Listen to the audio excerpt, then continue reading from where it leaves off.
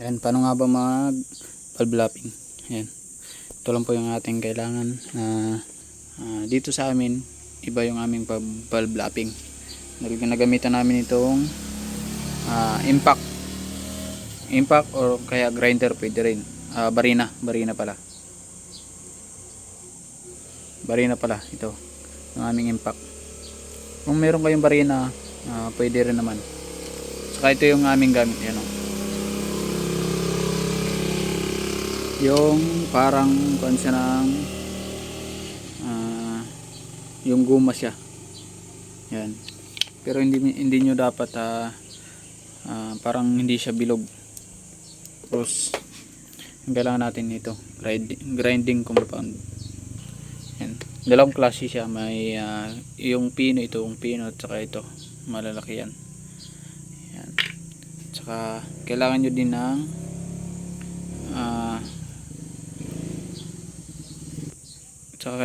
ng itong spring, yan, yung malambot lang na spring, yan.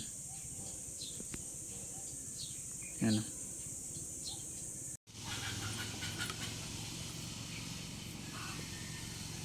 Ito siya. Lalagyan nyo na siya ng grinding compound. Yan.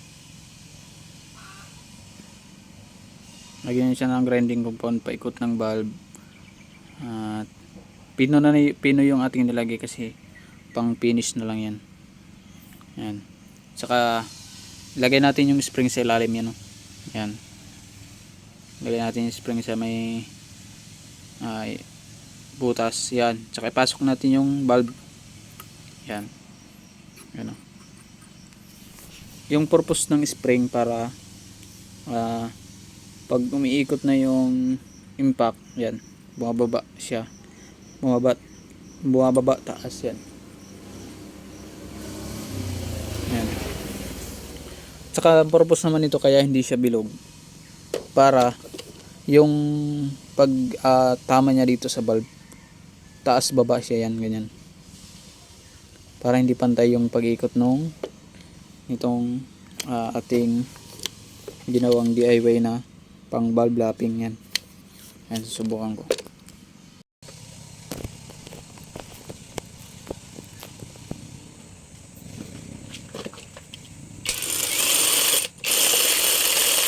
Ay, ganyan po ang valve lapping dito.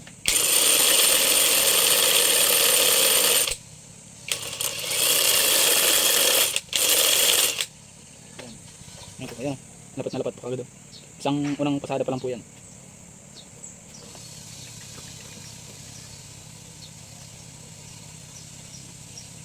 Ayan, tingnan nyo naman. Una pa lang yan. Prepare pa tayo.